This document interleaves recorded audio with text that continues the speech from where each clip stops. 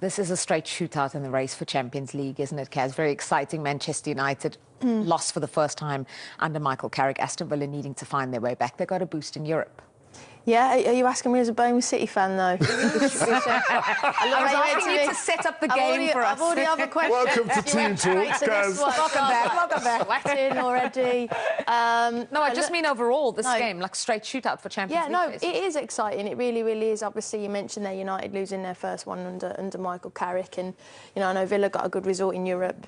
Was it yesterday? Now I'm thinking the days. There's so much football.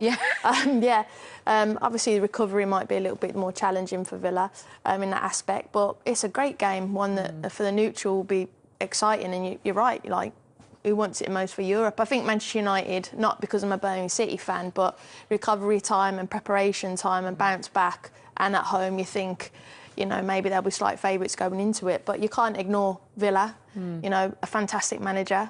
And obviously, like I said, they got a great result last night, and that might boost their confidence, particularly someone like Ollie Watkins. The advantage that Manchester United have in the race for Europe is that they are not playing in Europe. And I think they have only 2 games until the end of March. Yeah, it's a big advantage as well, because Michael Carrick's had a great start with them.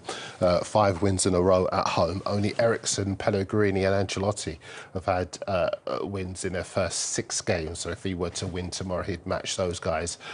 They're ahead of Villa, who have lost their momentum. Only 3 wins in their last 11 games in the Premier League. The wheels have come off, even though they're doing well in Europe. I can see a set of circumstances where Emery, who knows how to win the Europa League, he's won it, obviously plundered it with Sevilla, and he's won it with other clubs as well.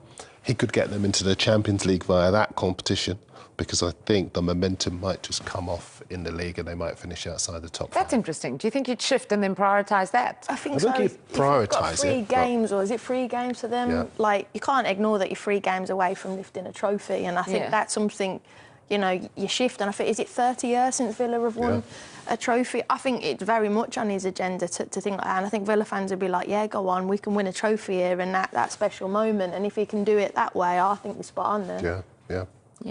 Manchester United in the driving seat for this Champions League race. Yeah, I think so. Carrick has come in, he's revitalised the club, the players.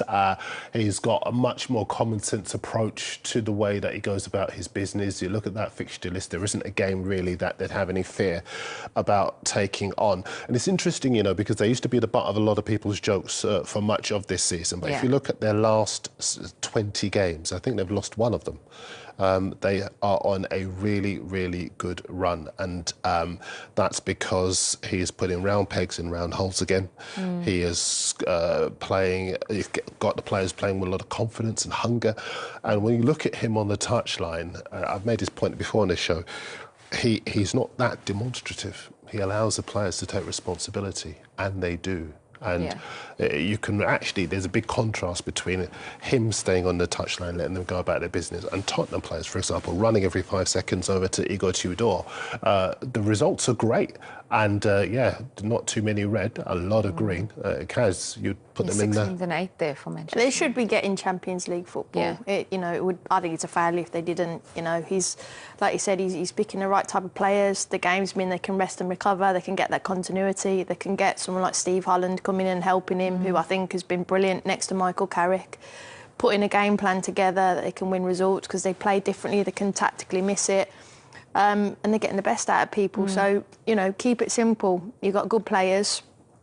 I think the question marks maybe that we've spoken about Manchester United maybe last season and under Amorim will come if they get that Champions League. When you start adding in more fixtures, you know, as I said, less recovery time. They'll need that squad depth. But that's something for United. And would you keep him if he gets in the top 4? I think it's more so, I would say to Michael Carrick, you know, he's earned that, but whether he'd want to. And I say that is because about who you're going to bring in. And for me, Manchester United have been smart in bringing in Mbeumo and Cunha. No, just them 2 because they've got Premier League experience. So if they go and get players, Man United of old, of history, have always gone and got proven Premier League players that have added to their squad. Not risky players anymore. I think if they can give him that, I'd say, yeah, Michael, go sign it. Whether they will, I don't know, because there's other managers available, and you know they've had the kind of player manager, but I think you can't ignore what he's done. No. But I do think the question marks that we've had at Manchester United will come round. They won't have that luxury of playing so little and often in times to prepare. So they're going to have to be very clever in the window and pick the right players. And I think for the couple of players they have, it's been a much improved window. But you're not defined by this. You've got to keep going again because other teams will do the same. Would you give him the job permanently? Yes. Yeah. Only because I think it'll be transformative if they were to get back into the Champions League. In terms of the finance, that would enable them to get those players that you were talking about. I would have that caveat, as you say, but then I wonder if he might say, I can't turn it down regardless because he's made it work with what he has now and the players are responding to him. There is a respect, and that's quite a common theme through this, that those players clearly have for him, where they fight all the way to the wire. Sesko looks a player suddenly now under him, whereas nobody had any confidence in him before. And I just think that if they were to get into the Champions League, more players would want to come and play for him. So I think, Let's move on to their opponents, Aston Villa. Should I ask you the question or what? I'm nervous now. Ask away. Aston Villa's form in 2026 for a side that were title contenders not too long ago. There's just one win in their last 6. There's only 3 wins in 10 in the Premier League this calendar year. It's coincided with the loss of key players all at the end of Jan, McGinn, Kamara and Tielemans. It's really hit them and they haven't found a way to recover. Yeah, and it's hard when you obviously, you've got a lot of money and you can't go and spend it and bring in and help. Like, you know, they've got an unbelievable manager. Julia knows that. They've got... Not true. They've got an unbelievable manager and, you know, they're a massive football club, but obviously you can't, you know, you kind of hands are tied behind your back to a degree, aren't they? So that will obviously frustrate them kicking on.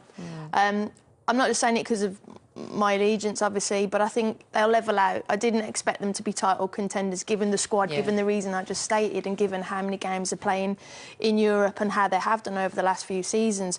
I think they've done unbelievable. If they could get that trophy that we spoke about, if they could get Champions League football, I think that would be a brilliant season for Villa. I think it really, really would. And given the injuries and all the factors I've mentioned, so I think they would be thrilled with that. But I don't think I think it was always going to happen for them. It was just when.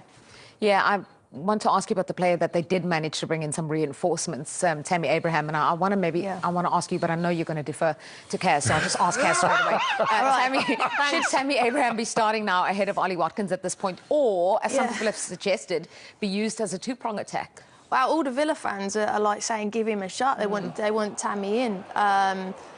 You know, and I was speaking to Villa fans saying, you know, for Ollie Watkins, was he at his best when he was going head-to-head with Duran and the pressure of another striker? And obviously, you know, should it kick him on a little bit? Look, the manager loves Ollie Watkins. He trusts him. He likes his movement. He likes his runs and likes the continuity. But, you know, with Tammy Abraham coming for the reasons he has, he'll be, you know, breathing down his neck heavily and pushing Ollie Watkins. As I said, he scored yesterday. Maybe that will be good for his confidence.